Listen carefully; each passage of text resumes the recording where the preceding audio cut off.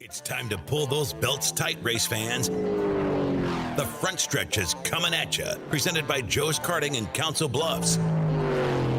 Now, here's Dan Taylor and Dirk Houston. Well, good morning to you, race fans, and welcome to the front stretch, presented by Joe's Karting in Council Bluffs, online at joeskarting.com. Fast-paced white knuckle racing just across the river, 23rd Avenue in Council Bluffs. Dirk, what better of a Sunday could you ask for?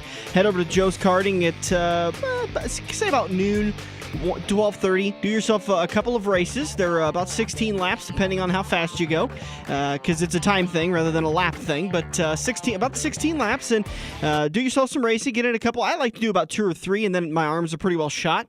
By that time, you can head over to Quaker Steak and Lube, enjoy some ice-cold beers, some beautiful, delicious wings, amazing steaks, and some of the best burgers in the area. And then you can catch today's race at Auto Club Speedway on Fox and MRN starting at 2:30. So that's your Sunday in a nutshell. Well, you like to do it backwards. I like to go over and get my liquid courage and my belly full of food and all that stuff. And then since Carl Edwards didn't race again, I can go take my frustrations out at Joe's. Yeah, that's a terrible idea for me because I'm a bad enough driver when I haven't had a beer to loosen me up. So best case, I do it my way and then you do it your. And that way we don't run into each other on the track and cause even more problems. But I got good news on my theory today, so that's all in good. This is terrible. We'll talk about that coming up here in a little bit. Maybe we'll talk about some NASCAR news if we've got time in turn 1, but we'll try to get to it in turn number 4. Big news coming out of NASCAR earlier this week that we'll get to today. So the plan for today's show, if you've been listening to the promos on the radio station all week long, you're expected to hear Joe Koziski. And one of my favorite sayings in life is the best laid plans of mice and men often go awry. And that's kind of what happened. Joe Koziski got down with the flu in a bad way, so he's not able to join us today, so we had to call a little bit of an audible. Instead of having Joe Koziski join us today, we are going to sit down with Stan Cisar to preview the Nebraska 360 schedule, and that's coming up here coming up next in turn number 2. In turn number 3, we're going to sit down with the owner of Precise Racing Products, Chris Archer. We sat out at his shop a couple of weeks ago and did a bunch of interviews during their open house. We've been playing those interviews over the last couple of weeks, and we'll continue to play them over the next couple of weeks. This weekend, we're going to talk to Chris about everything he has to offer. It may be, middle of March. Beatrice was last weekend with the Spring Nationals, but it's still the preseason, and a lot of drivers are still working hard to get their cars ready. So we'll talk to Chris about everything that he offers, and maybe you can head out there and get a pretty good deal on some parts for your car. That's coming up in turn number 3. Again, Chris Archer with Precise Racing Products. Then we're going to sit down in turn number 4. We'll talk with Derrike to preview the Crewman For A contest, the Kansas Speedway Crewman For A contest, powered by StarCom Racing and the 00 team, and presented by Rick Havenridge of Wealth Partners. We'll talk to him about some of the things that the fans are going to be able to experience. We'll also talk about some of the beginning of the season for the 00 team, driven by Jeffrey Earnhardt of StarCom Racing, which Derrike is the manager for that team. So we'll talk to him about all that, and we'll preview today's race at Auto Club. All right, let's recap the race at ISM Raceway. Dirk, I was thoroughly impressed with the racing at ISM Raceway, formerly known as Phoenix Raceway, and I thought that all day long, I thought Kevin Harvick's got a great car, but I don't think he's going to pull it out, and sure enough, I went back to my normal, and I was wrong. Well, just as we've seen at several tracks this year, the leader wants to sit out there and run around, giving up a second or two a lap on the old tires, and then I think what really killed the 18 car was the falling off Jack in the pits when he finally did pit. I think, and maybe I'm a little biased because I picked Kyle Busch for the weekend.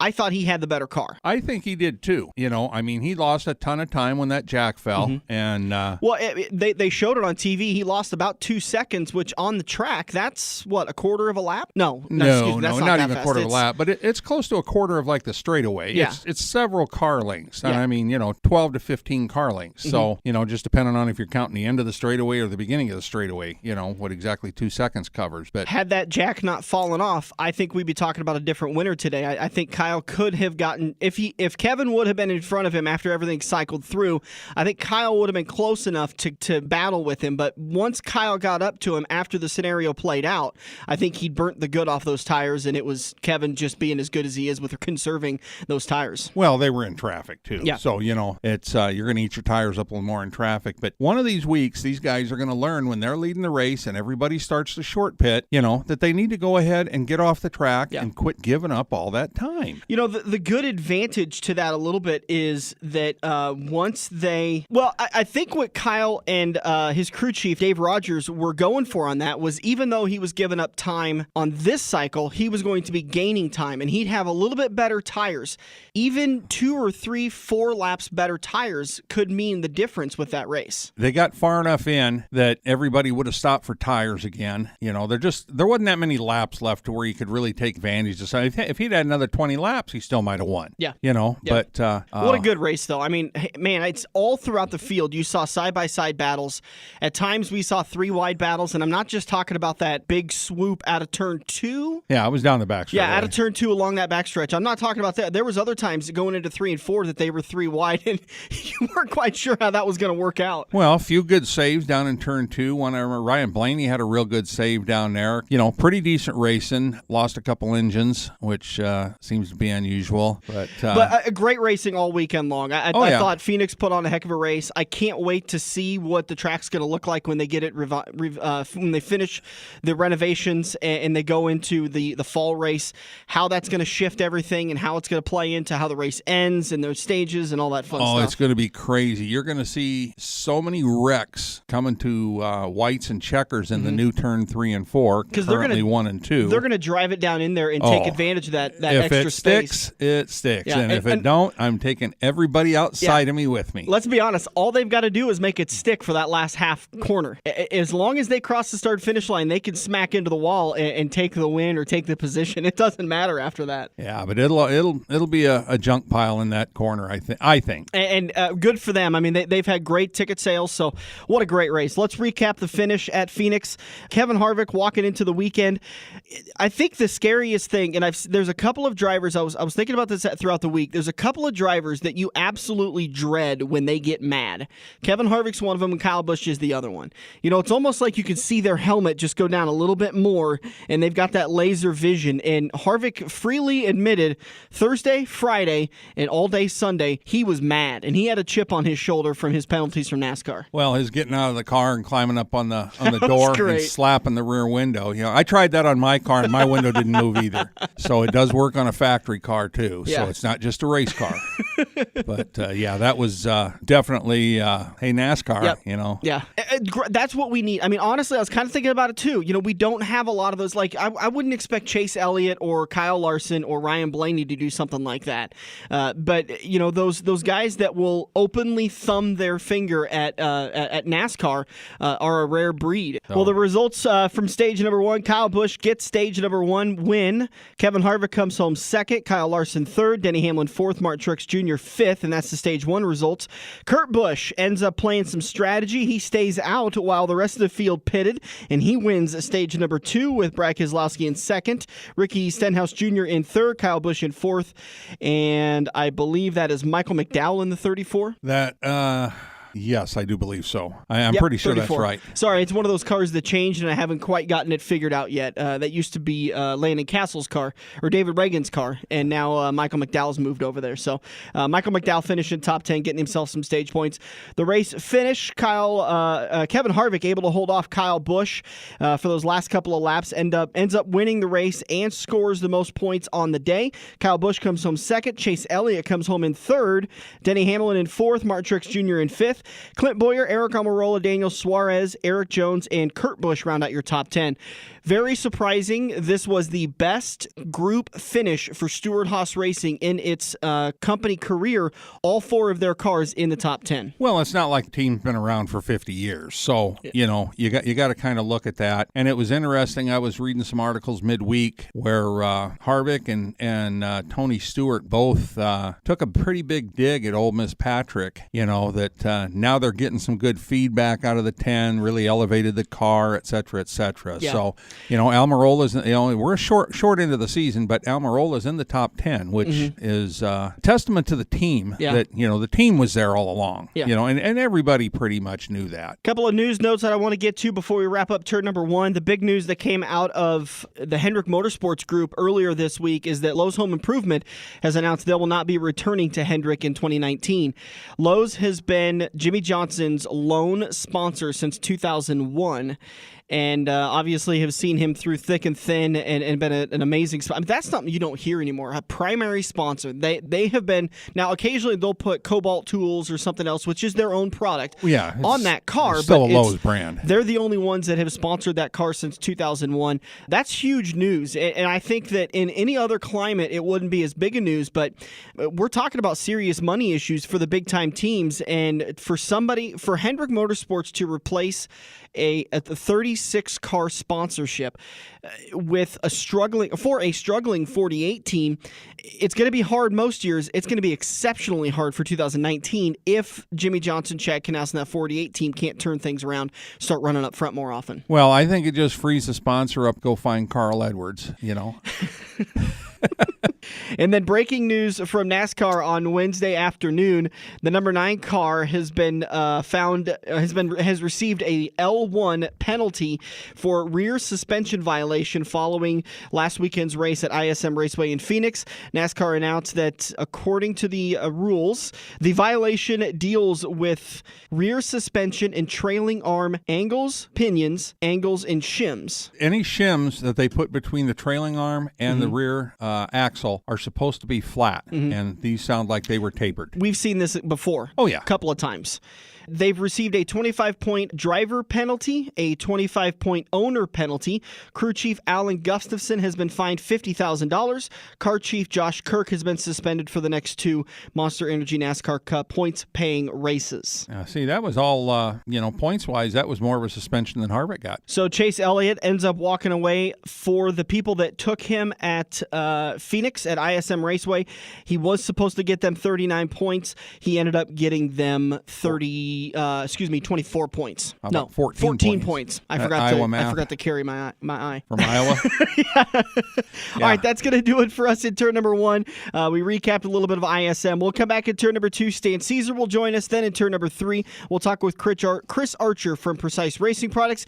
Turn number 4, we'll sit down with Derrike, manager of StarCom Racing. We'll talk about the first couple of races for the 2018 season. Then we'll talk about the Kansas Speedway Crewman For A Day contest powered by StarCom Racing and the 00 team, driven by Jeffrey Earnhardt and presented by Rick Havenridge of Wealth Partners. So that's all coming up in turn number 4. We'll be back here on the front stretch. Every race car driver has run into the same problem. It's well past normal parts store closing hours, but you need that one to finish your car. The guys who brought you White Knuckle Racing by the River bring you Joe's Karting Racing Parts and Tire Store. Open until 10 p.m. Monday to Thursday and open until 11 p.m. on Friday and Saturday. A parts store that fits your after-hours schedule, and you can turn a few laps at Joe's Karting while you're waiting for your part to get pulled from their warehouse. joeskarting.com for more information. This week's young gun on the front stretch is 18-year-old Daniel Coondog Hovitt, who is starting his 3rd season behind the wheel of a dirt track car. After watching his grandfather and uncles compete throughout the Midwest, Daniel knew it was only a matter of time before he followed in their footsteps. After cutting his teeth in a sport mod at I-80 Speedway, Daniel decided to try the hobby stock class and has loved every lap of it. Outside of racing, Daniel loves to find a quiet fishing hole and relax next to the campfire with friends and family. 2017 was a great year for the budding driver since he finished top 10 at I-80 Speedway and claimed Rookie of the Year honors. Daniel's been working hard this offseason preparing his Central State contractors, Larry's Auto Salvage, Bill's Trim Shop, Uncle Mick's 53C so that he can make a solid run at the I-80 Speedway Track Championship. While Daniel loves his stock car, he does dream of the day that he can get a super late model and compete with the likes of Burke, Pospischel, and Layton. Thanks to I-80 Speedway for sponsoring this week's Young Gun, Daniel Coondog Hovitt. The 2018 season is just around the corner for I-80 Speedway. The Gold 50 and Silver Dollar Nationals featuring the Lucas Oil late models, Charlie Clark Memorial, Midwest Fall Brawl, I-80 Dirt Classic, and of course the best weekly racing featuring 7 NASCAR classes. I80Speedway.com for race dates and tickets. Lock up your season passes by calling Lee at 342-3453. We'll see you April 6th for the Spring Meltdown featuring the Nebraska 360s and the Malvern Bank Super Late Model Series. We're hooked up in turn 2 and still showing the green flag on the front stretch. Welcome back to the front stretch. Heading into turn number 2, time to talk with Stan Cisar as we get set for the Carpet Land Nebraska 360 Series presented by Malvern Bank. Did I get it right? That's right. Great job. I finally got it right. All right. It's only taken me a year and a half to get that right, but Stan, it's time to get set for the 2018 race season, and the Nebraska 360s have brought it once again. Well, I think the future of the 360 series has never looked better. I think 2018 is going to be a great year. Between their standalone races, they've got a lot of races that are co-sanctioned with the Midwest Sprint Touring Series, which is basically a South Dakota, Minnesota-based club. Mm-hmm. And a lot of those guys will be coming down and racing with us, and a lot of our guys, I think, go up and race with those guys, and it works out. It's mutually benefiting for both series. Absolutely. The season kicks off April 7th and 8th at I-80 Speedway for what's going to be one of six, well, it'll be two of six appearances at the I-80 Speedway. This says 6th and 7th, but I'll trust you. Okay, 6th and 7th. That's the annual Spring Meltdown. That's always a great show because people, they've been waiting all winter long, and that's that first race of the year, and usually the car count is pretty high. Yep. A lot of guys travel in for that show. It pays really well, and so like I said, we're looking forward to a great event there. Last year, Thomas Kennedy came down from Canada. Oh, and he's off to a good start this year already. Already down in Florida, he's had a good speed weeks down there, and he's still running the Mach 1 chassis, and so look forward to seeing him to be back to defend both nights. Actually, he won the first three Nebraska 360 races of the year last year before he headed back up north. But very much like last year, the thing kicks off at I-80 Speedway for the annual Spring Meltdown. That's on April 6th and 7th. The following Saturday night, it heads up to Park Jefferson Speedway. That's in Sioux City, Iowa, basically. Mm-hmm. Jefferson, South Dakota, basically Sioux City if you're heading up. That's a co-sanctioned race along with the MSTS 360 group. Then 2 weeks later, it's a two-night show, once again at Park Jefferson, the South Dakota Sprint Nationals, 360 Nationals, that features the Nebraska 360 Sprints and the MSTS 360 Sprints. Friday night, April 27th, and Saturday night, April 28th. And I know it's a pretty big payout race up there. I know the I-80 race is also paying more this year. Heads back down to I-80 Speedway, the annual Bobby Parker Memorial Race on May the 4th. That's on a Friday evening.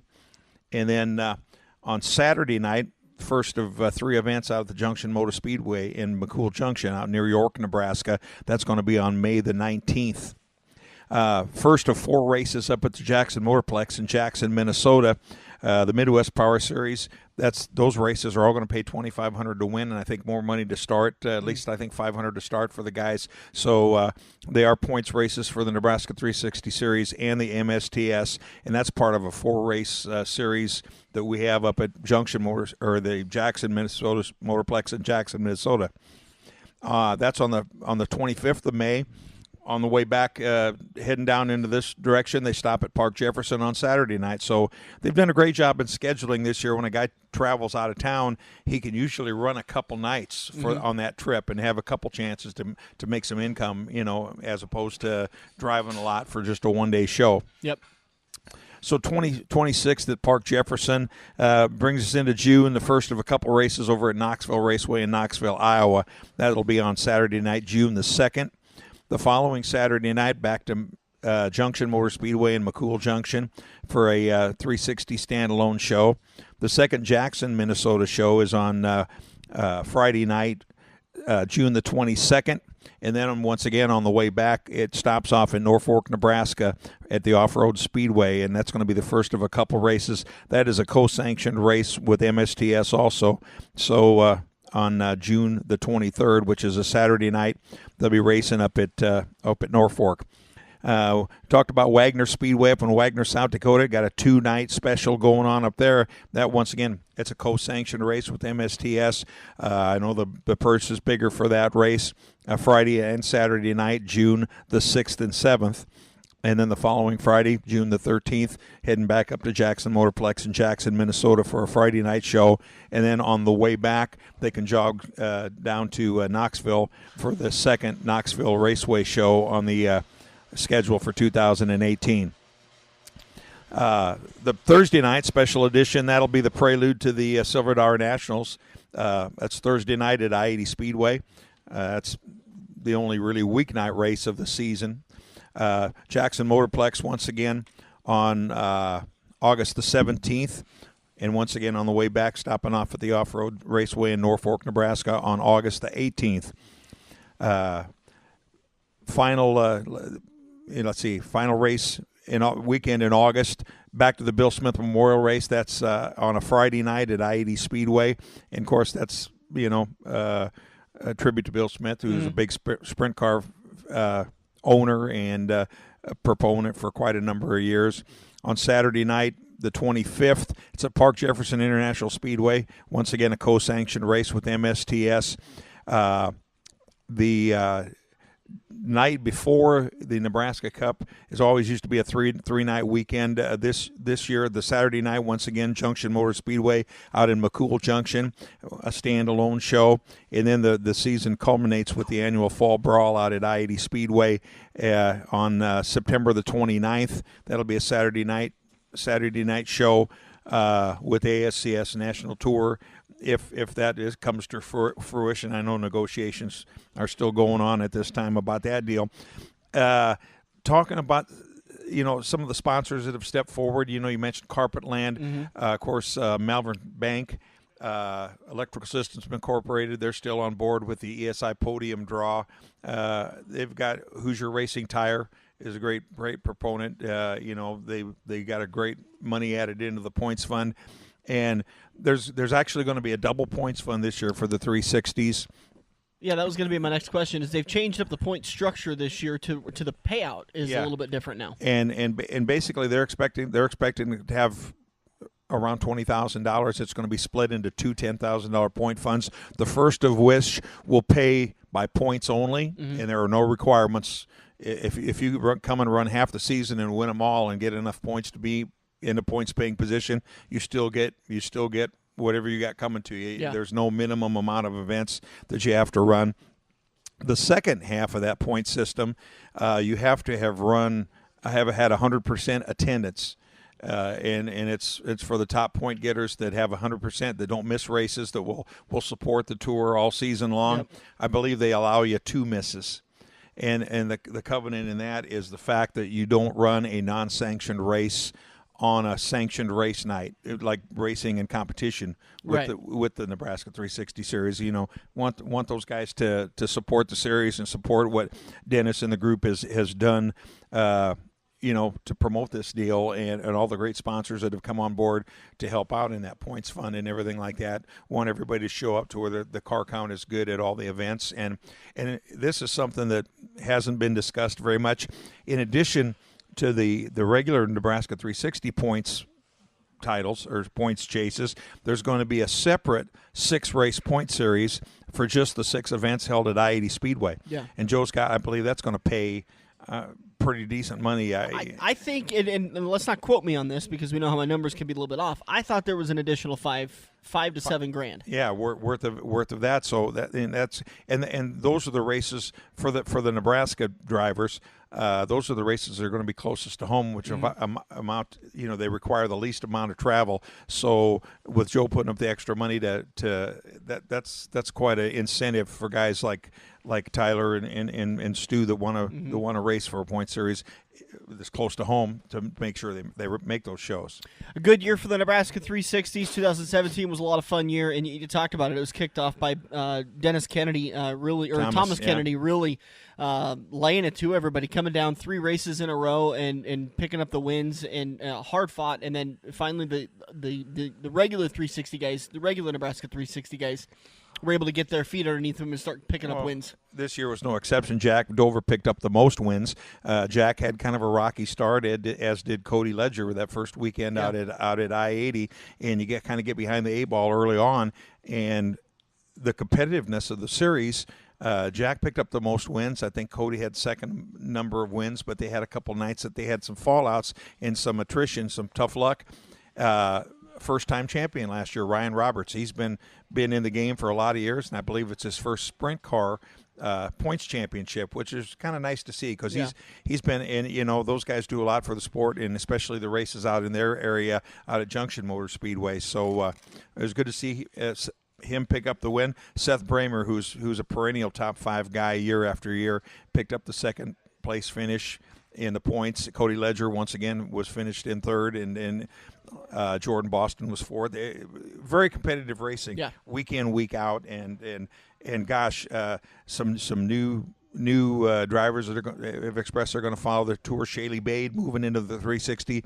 She's still going to run some 305, but she said she's going to concentrate on the 360 series and try to make all those shows in 2018. You're going to see a few more guys. Blaine Peterson, I think, is going to try to hit all the shows, 100% attendance, type of thing. It's going to be another great year. Absolutely. Again, you can see him kick off April 6th and 7th. Did I finally get that right? 6th and 7th. April 6th and 7th at I-80 Speedway for the Spring Meltdown, and then Nebraska 360 SprintCars.com, right? That's right. Head over there to check out their entire schedule and all the pictures, points, results, and information. What are we missing? We missing out on anything? I think we cover it all. That's pretty good. I mean, like I said, I think the 6 rate point series at I-80, all the dual shows co-sanctioned with US or the MSTS. Minnesota Sprint Touring Series is going to ensure good car counts at most of the races, and I think even one of their drivers I think was in the top 10. Ryan Bickett raced in like 80% of the shows last year. Made the trip down for the banquet this year, and like I say, with some of the races and the way they have things scheduled with the races that are up north, if those guys race with our series on. Or have a race on Friday night, they can catch Jackson on Friday and catch another one on the way home.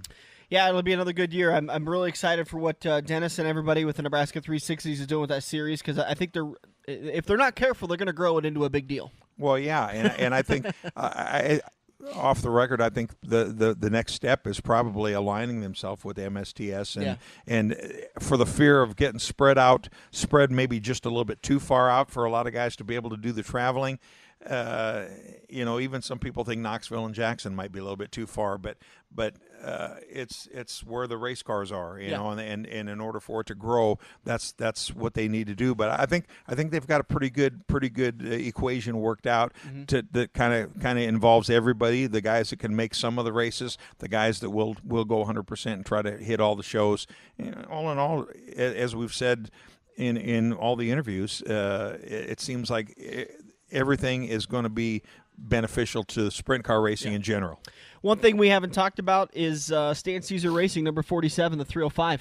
Let's talk real quick about what your plans are for 2018. I think right now we're looking at probably nine events that are going to fit into Cody's 360 schedule.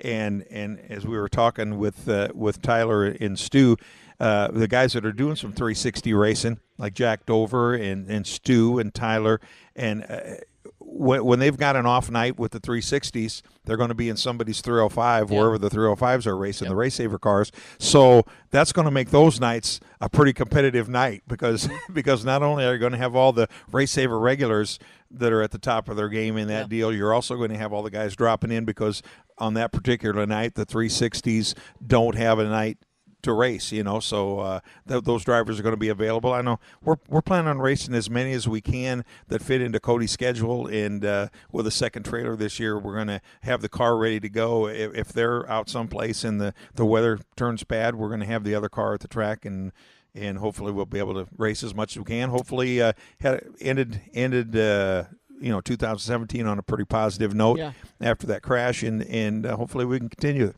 Stan Cisar, voice at Eagle Raceway, the voice of the Nebraska 360 Sprint Series. You'll catch him at I-82, and I'm pretty sure if there's an off night and it's a dirt track, you'll find him there. I'll probably be there. Yeah, it's a good chance you'll be there. All right, buddy, I do appreciate it. We're only a couple of weeks away from the 2018 season. It's going to be fun. It's almost there. Yep, it's going to be fun. We'll be back here on the front stretch. This May, experience the suspense as heroes clash metal to metal with heartbreak. Get lost in a drama without the predictable ending. No sappy romance, no special effects. Just one adrenaline-filled night where pure speed drives the plot. Coming soon to a track near you. The Monster Energy NASCAR Cup Series night race. Only at Kansas Speedway May 12th. Tickets at KansasSpeedway.com. Rated U for unexpected. We all have that coworker that runs their mouth off at how great they are. They shot a 5 under par, 95-mile-an-hour fastball, bench press 375, brah. Wouldn't you love to shut them up by schooling them at Joe's Karting, Council Bluffs' premier indoor karting track professionally designed so each corner is your opportunity to embarrass your coworker. Call Buddy for your next company outing at 712-256-5278. Joe's Karting, white knuckle racing just across the river on 23rd Avenue next to AMC 17. If you love wings, if you love rings, and all kinds of other tempting things, great times, great food, get to Quaker Steak and Lube. Quaker Steak and Lube is the official watering hole for the front stretch and the best place to catch all the NASCAR action today. Open at 11 a.m. with delivery available to Council Bluffs. Great times, great food, get to Quaker Steak and Lube. Feather the brake and get back to the gas. Dan and Dirk are headed into turn 3 on the front stretch. Welcome back to the front stretch. Heading into turn number 3, presented by Kansas Speedway. Tickets for the spring race coming up May 11th and 12th. That's the big weekend at Kansas Speedway. Camping World Truck Series is going to be on hand Friday night, and then Saturday night, the Monster Energy NASCAR Cup Series goes under the lights. You can get your single race tickets or weekend packages at kansasspeedway.com or call and talk to a live person.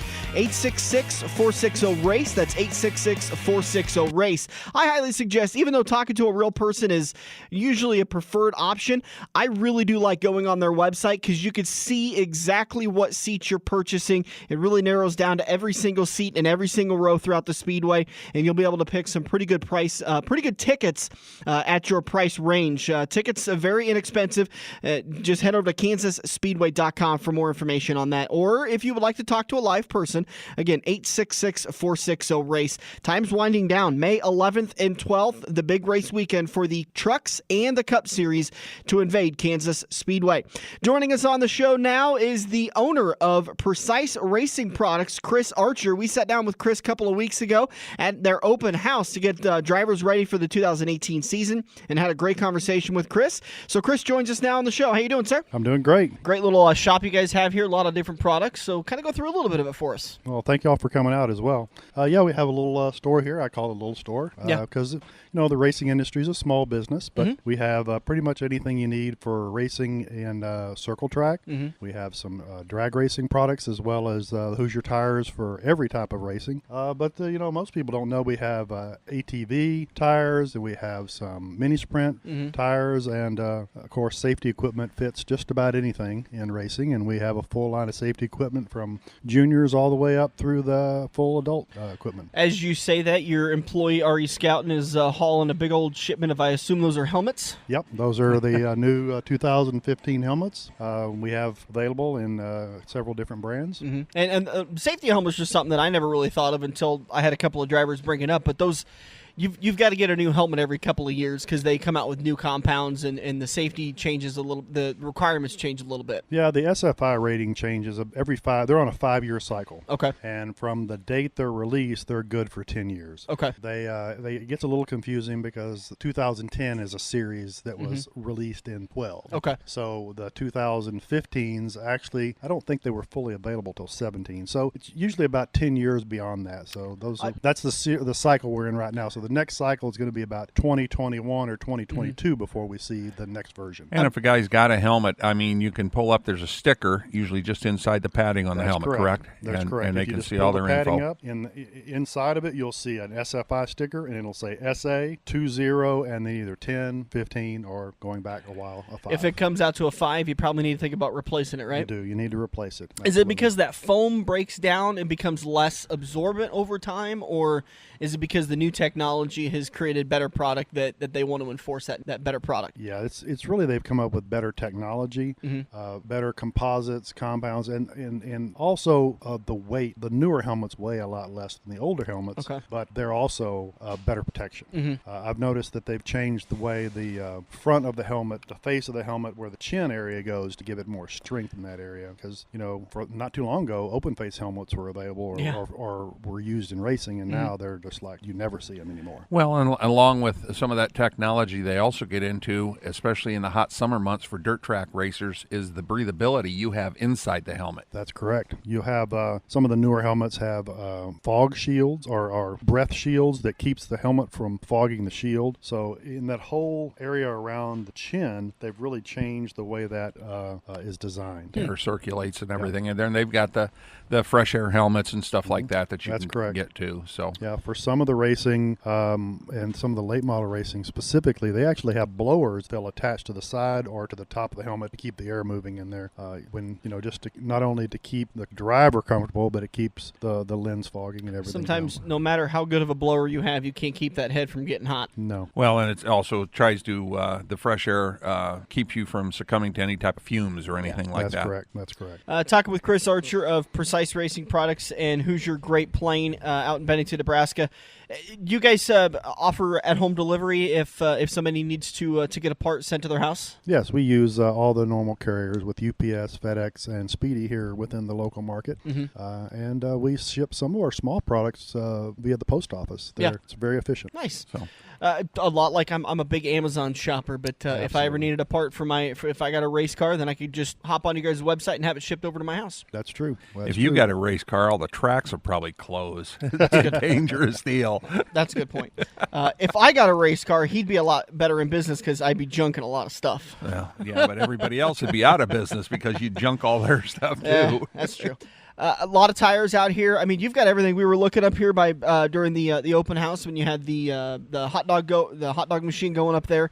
There were anything from what it looked like kart tires, or were those mini sprints? No, if you look at our tire assortment, we carry a full line of karting tires, mini sprint, junior sprints. We have 4-cylinder tires for the tracks that allow them to run Hoosiers. Then we have the full line of dirt tires, full line of the drag tires, and other specialty tires as well. What is that tire right there in front of us? That's a drag tire. Drag tire, and that's actually not the biggest one. The biggest ones are right up there. Holy on the God. top shelf. They're 34.5, 16. how tall they are. 16. They are big. What's the width on that? That particular one is 17-inch wide. 17 inches of rubber connecting to the surface. That's why I said that's a street outlaw type tire that you see on TV. If you want to go now. 300 miles an hour, you got to have that compound. much grip. Yeah. And the bad part is at 300 miles an hour, about 10 inches is all that's on the ground of it because of centrifugal They're force. standing up. That's right. What else? I'm seeing sprint car chassis, Butler built seats. There's quite a bit of fire suits too. Right. We have Oakley Motorsports fire safety equipment. We have the shoes and the gloves. We carry several different brands of helmets. Like I said, we have all the new 2015s from G-Force, Zamp, Simpson, Bell. As far as other things that you'd use for racing, we carry a full line of Sunoco racing fuels. And if you're in the dirt track business, you usually run a body that's already pre-colored aluminum. And as you saw, several hundred sheets of the pre-colored aluminum went out today for people making their bodies and replacing them on an ongoing basis.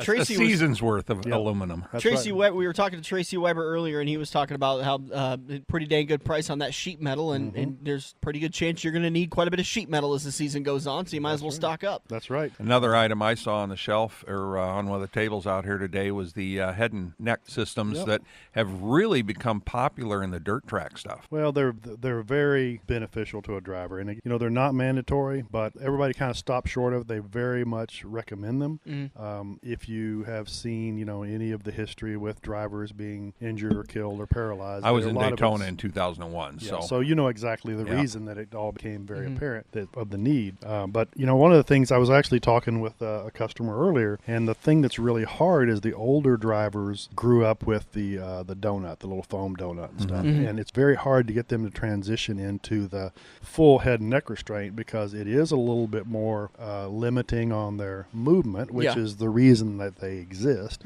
But the conversation we were having was, I know that you really don't want to do this, but you got a young child that's starting in karting. You need to start it now, because they're used to it. Because not only is it going to good to teach them how to race that way, but it's going to protect them. And, the neck injury is devastating. If somebody really gets hurt in that, you can be paralyzed or you can be injured. I've seen guys wearing those donuts around their neck, and I just don't see how that would make much of a difference. It really doesn't help much. The old donuts were a lot thicker, and they were really between the shoulders and the bottom of the helmet. But as helmet technology has changed, and now you see some of these companies that make the donuts really make them very thin, they're not doing much. Again, I know that some of the older drivers really have a hard time getting adjusted to it, but it will protect them. And if I would tell you, I'd like to see anybody buy anything for safety, head and neck would be my number one item. Well, and there's also a significant cost difference between the donut and a good head and neck restraint thing. That's true. And I learned when I started doing tech work in '89, it took me about 6 races of looking inside helmets for the dates and stuff like that when you were doing a safety inspection. And you'd see everybody had a $100 helmet and a $2,000 carburetor. That's right. The helmet fails one time, you don't live to know about it. Yeah. Safety is so important. And, tracks push it, believe me, and sanctioning bodies push it. But if the guy doesn't care enough about his own life, you can't teach him anything. That's right. Well, one of the things that's very interesting is kind of expanding a little bit on talking about the drivers that are having a hard time getting used to the equipment. One of the things that I've been around racing 30 years, and I have seen 2-3 generations of racers, and the dad or the granddad that's raced with a 1-layer fire suit and some old wore out shoes and terrible gloves and an old helmet, kind of like you were describing there. When it comes to safety equipment for one of their kids that are going to start racing, they put the right safety equipment on them. I just want to make sure that not only are they taking care of their kids, grandkids, etc., but they need to look at the equipment that they're running a lot too. Yep.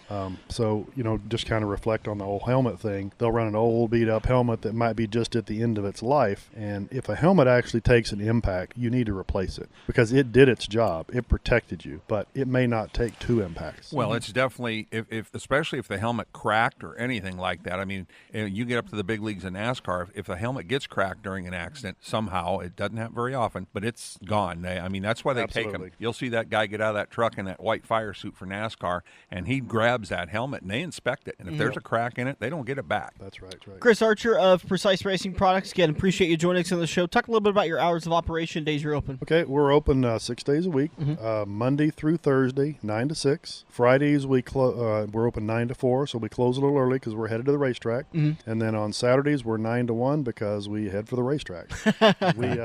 This is our life. We love to do it, and if we're not here at the shop, we're at a racetrack somewhere.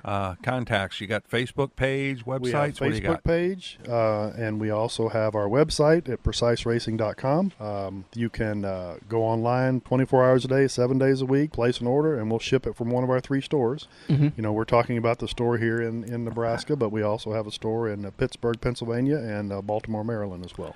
And you probably, I know we've talked to Ryan Jenkins today, and we talked to Ari, and so you've got Great a couple kids. racers here that work for you, and I assume they probably pull double duty as delivery drivers every now and then? They'll do whatever they have to do. The one thing that's great about having them here is just like any other sport, changes constantly, and with them being in the car and keeping up with the latest technology, they really keep us up to date on products that we need to have that are on I call the bleeding edge. When you got the products that are just the newest stuff, they haven't quite figured it out, they let us know about it, and then we look at that and figure out how we can incorporate that into our assortment, because you got to be competitive and you got to have the latest greatest stuff, and that's really what we strive to do, is to have that available in stock, and if we don't have it in stock, we'll figure out where to get it. And that's got to lend some credibility to you guys too, that have actual race car drivers that are out there winning on Friday and Saturday nights, helping you pick up parts on Monday through Friday. That's right. Again, that was Chris Archer of Precise Racing Products. You want to get some parts for your race car, head over to Precise Racing Products and Hoosier Great Plain Tires, located out in Bennington, Nebraska. We're going to take a break. We'll come back in turn number 4. We will preview Auto Club Speedway, and we'll talk with Derrike Cope, manager for StarCom Racing. We'll be back here on the front stretch. The 2018 season is just around the corner for I-80 Speedway. The Go 50 and Silver Dollar Nationals featuring the Lucas Oil Late Models, Charlie Clark Memorial, Midwest Fall Brawl, I-80 Dirt Classic, and of course the best weekly racing featuring 7 NASCAR classes. I80Speedway.com for race dates and tickets. Lock up your season passes by calling Lee at 342-3453. We'll see you April 6th for the Spring Meltdown featuring the Nebraska 360s and the Malvern Bank Super Late Model Series. This May, experience the suspense as heroes clash metal to metal with heartbreak. Get lost in a drama without the predictable ending. No sappy romance, no special effects. Just one adrenaline-filled night where pure speed drives the plot. Coming soon to a track near you. The Monster Energy NASCAR Cup Series Night Race. Only at Kansas Speedway May 12th. Tickets at KansasSpeedway.com. Rated U for unexpected. Hey, look at that. You're sitting on your couch playing Halo, Madden, or NASCAR while your friends are at Joe's Karting. Each lap is an adrenaline-filled, heart-pumping, white-knuckle experience that you can only get at the Metro's largest indoor karting track. Eco-friendly Honda engines rip you around the professionally designed road course at breakneck speeds. Can you reach the 14-second lap bracket? There's only one way to find out. Put the controller down and get to Joe's Karting, 23rd Avenue in Council Bluffs next to Quaker Steak and Lube. It's checkers or wreckers as we enter turn 4 on the front stretch, presented by Joe's Karting in Council Bluffs. Welcome back to the front stretch, rolling into turn number 4. Just about ready to wrap this baby up. It's time to preview today's race at Auto Club Speedway, which you can see on the big screens at Quaker Steak and Lube, the official watering hole of the front stretch. We're just weeks away from the kickoff of Bike Night and Classic Car Night. Plus, we're coming up in, just a couple of weeks, they'll have dinner with the Easter Bunny on April 1st, which is the Easter Sunday. So make sure you get over to Quaker Steak and Lube for that. Don't worry about doing these giant family dinners. Just go over to Quaker Steak. They usually have an amazing feast, and you can get your picture taken with the Easter Bunny. How well does that suit fit you? It's a little snug, which is pretty par for most of my clothing. Something happened when I turned 30. It was weird. All of a sudden, clothes started getting a little more snug, and your metabolism hair stops started when thinning you turn out, 30. and I started to get a little grouchy. I don't know if you've noticed the last couple of years. Let's look at what happened this time last year at Auto Club Speedway. Kyle Larson had a great day. He finished first in Stage 1, second in Stage 2, and ended up getting the race win. So he walked away with 59 points, led 202 laps, so he got a bonus couple of laps in there as they went into overtime. Brad Keselowski came home second, Clint Boyer came home third, Martin Truex Jr. in fourth, Joey Logano in fifth. Jamie McMurray, Daniel Suarez, Kyle Busch, Ryan Blaney, and Chase Elliott rounded out your top 10. There was, Keselowski come all the way back from damage very early in the race. He ended up down in the grass going down the front straightaway just a couple laps in. I don't remember who all was in that, but he came all the way back from that. And you know, this is the point of that stage racing, and it's something that I know a lot of drivers have realized very, very quickly. Kyle Larson, who won Stage 1, finished second in Stage 2, and won the race, took home 59 points. Brad Keselowski, who had that early race trouble, didn't finish in the top 10 in Stage 1, finished 10th in Stage 2, and finished second in the race. He walked away with 36 points. Right. So a 23-point difference between the race winner and second place. Last year, though, out in California, they had tons of qualifying inspection issues. Mm-hmm. If I remember right, there were, 10, 11 cars that didn't get a chance to qualify, and some hitters in there. Jimmy Johnson was in there. I don't remember if Kyle Larson was in there. I think he got a qualifying run in, but there was a bunch of them, and that was kind of when all the qualifying issues started. Mm-hmm. But this year we aren't having those same issues, so I don't expect that to be a factor this year. Bad day for Paul Menard. This time last year finished 28th. Kurt Busch finished 24th. Jimmy Johnson finished 21st. Eric Almirola, when he was in the 43 car, finished 19th. So that's going to do it for our race recap at Auto Club Speedway. The results from 2017 when we were there this time last year.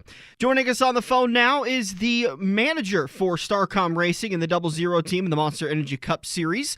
Derrike Cope joining us on the phone. Derrike, we wanted to get you on to talk a little bit about the beginning of the 2018 season and how that's going for the 00 team of StarCom Racing. And then we also wanted to get kind of an insider preview of what the Crewman For A Day contest is going to look like for our winning listener that's going to get to go down to Kansas Speedway.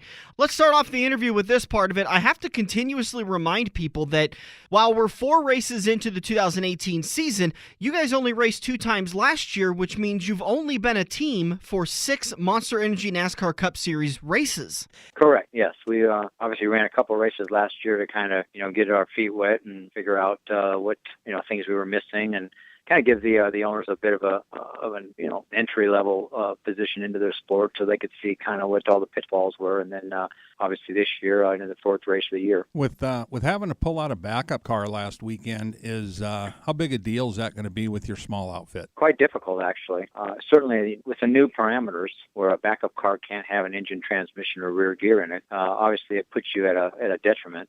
Second of all, what it is most of the time, all the other teams, they bring in a backup car, that's already ready to go, and then they just swap them out for the next race as a backup and a primary. So with us, we're in a position where we came out here with as many spare parts as we could, meaning housings with brakes for, the big brakes for the short track type Phoenix type setup, and then we have our intermediate package for the other races. So we just had to swap chunks out. So we had a lot of work to do in a very short period of time, where we missed all the practice, and then obviously had to just go out and run the race. But how much of a struggle does that then leave you with California coming up? Well, we have another car on its way out here as a backup, and it's getting here late, so we were not going to be able to really use it. So we had to turn around the same thing we did at Phoenix at the racetrack. We just did here in 2 days, and swapped all the intermediate package back on it from the short track package, and put all that back on the car, and went through the setup and did a bunch of things out here where it's still, you don't have a pull-down rig, you don't have all the things you need to really get really close. But, we did the best we could, and everything seemed to come out really well, so we're pleased with that. But still a lot of work to transition to get that car turned around for California. A lot of work is probably the understatement of the century with everything you guys have got to do, because racing's a competitive sport, but in order to keep up with the top 20 teams with spending and research and development, you guys you got a lot of work to do. We certainly do. Certainly we're way behind. You never catch up. These guys, you can't catch up if you get behind. And we were behind from the start because of the new change with the Camaro body and being the last man on the totem pole, getting cars together. So, that's put us at a detriment. But, we're certainly just trying to find our way and get through it as best we can. And we've obviously gotten off to a rocky start with, a number of incidents and things that have really kind of, taken us back. So, we'll just have to forge through the West Coast swing and then go back to Martinsville, and again, we have a week off to regroup and try to get some of our other cars together. So we can be a little more prepared when we get to the racetrack, and I think hopefully we can make some inroads from there. Well, we had a party with the radio show for the Daytona race, and our conglomerate group, everybody just plopped down in their seats and went, oh, right there at the end when you guys got involved with that melee there right towards the end of the race. You'd gone so long, and another person that's a friend of mine, Brendan Gaughan, got caught up in that same wreck, and I know how I felt, how you guys felt, just had to be,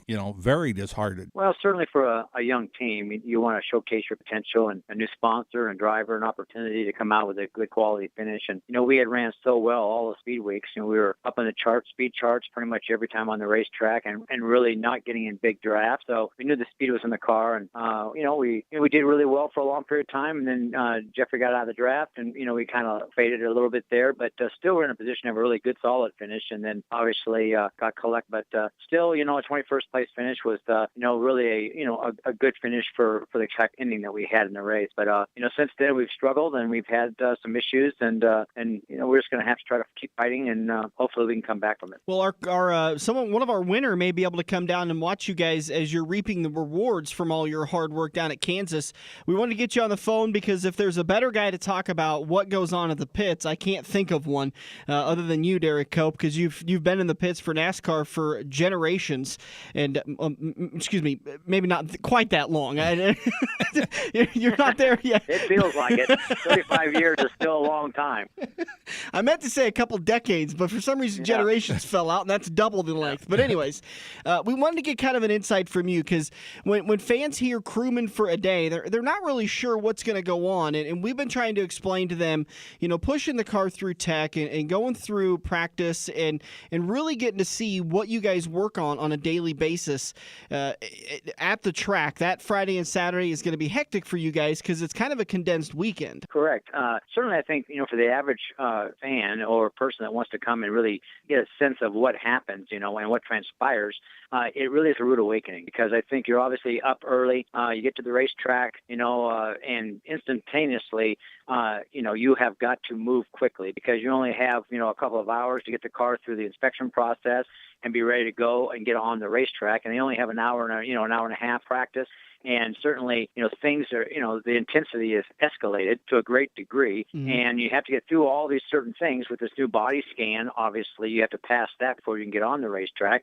And then get your time in, and then, a lot of changes have to be made in a short period of time, so you only get a number of times on the racetrack. And the average person will see just how orchestrated it really is, from trying to get the drivers in and out, and the spring changes, and all the other things that encompass it. And then you basically have only so much time right after practice to get ready to get in line by a certain time, or there's penalties that come about, and you have to get the car pushed out of the garage and ready to go through inspection. And then, again, here comes the inspection all over again, but a much more, heightened one as far as the parameters you have to fit within. And then you get ready to go qualify, and then you knock your qualifying laps out, and then hopefully you have no issues there. And you have a small period of time to go through the car before they close it down, and off you go. So, again, a lot has to be done in a very short period of time. And I think the average individual will see that it is very well orchestrated, and there is no moss growing under anybody's feet. Are they going to do the qualifying and the race on the same day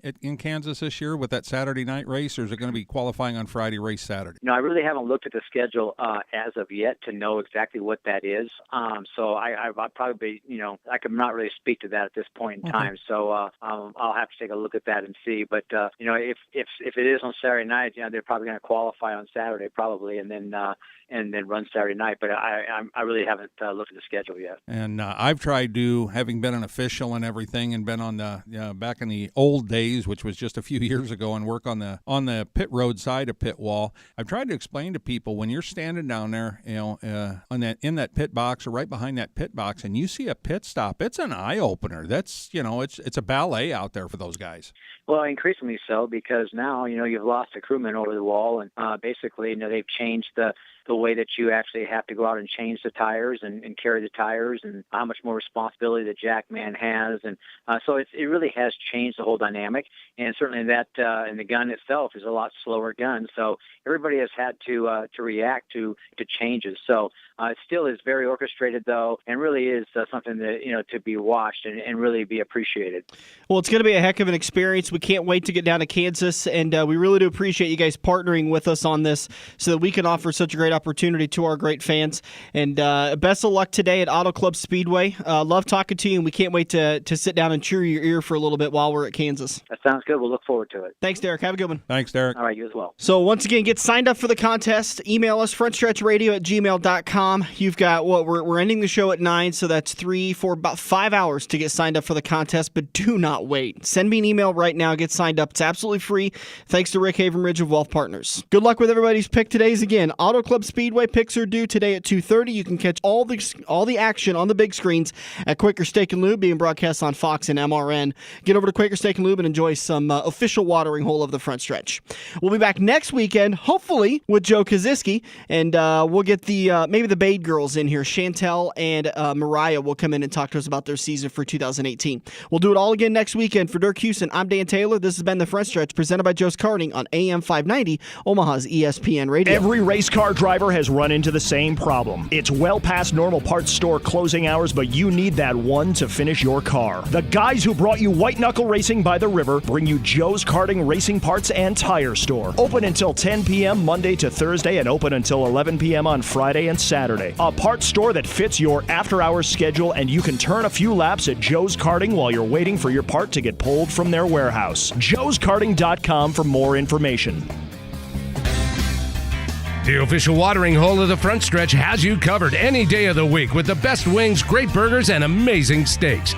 Each weekday from 4 to 6 is happy hour, featuring $1 off draft and well drinks plus $4 Luberitas. Mondays are kids' night. Tuesdays are all-you-can-eat wings for $12.95, and the lube even delivers to the Council Bluffs area. Like Quaker Steak and Lube Council Bluffs on Facebook for a full list of weekly events. Get to Quaker Steak and Lube. Mid-America Drive, Council Bluffs. Soon the flowers will be blooming, and we'll all be busy enjoying the beautiful Midwest spring. With the arrival of spring, we all know ridiculous summer heat is just around the corner. A simple preventative maintenance plan from Eccles Heating and Cooling can make sure you're as cool as a cucumber during the hot summer months. Call Pat today for your preventative maintenance plan, or ask about a new energy-efficient TempStar HVAC. Eccles Heating and Cooling is there for you at 402-331-1755. This has been the Front Stretch Radio Show, presented by Joe's Karting in Council Bluffs. To contact Dan or Dirk, find them on Facebook at The Front Stretch or email them at frontstretch590@gmail.com. If you missed any part of today's show or want to hear a previous show, subscribe to the Joe's Karting YouTube page, where you can find almost every Front Stretch show.